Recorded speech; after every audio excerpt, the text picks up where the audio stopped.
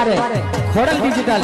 અને એમની એક ફરમાઈશ છે, જો ભગવતી ખોડલને યાદ કરવાની છે, હૈયાના ભાવથી કરો હાકલો તો ભગવતી ખોડલને આ સ્ટેજ માટે હાજર થવું પડે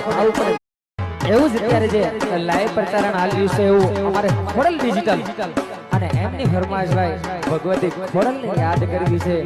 હૈયાના ભાવથી કરો હાકલો તો ભગવતી વાલા આપવાલો પનું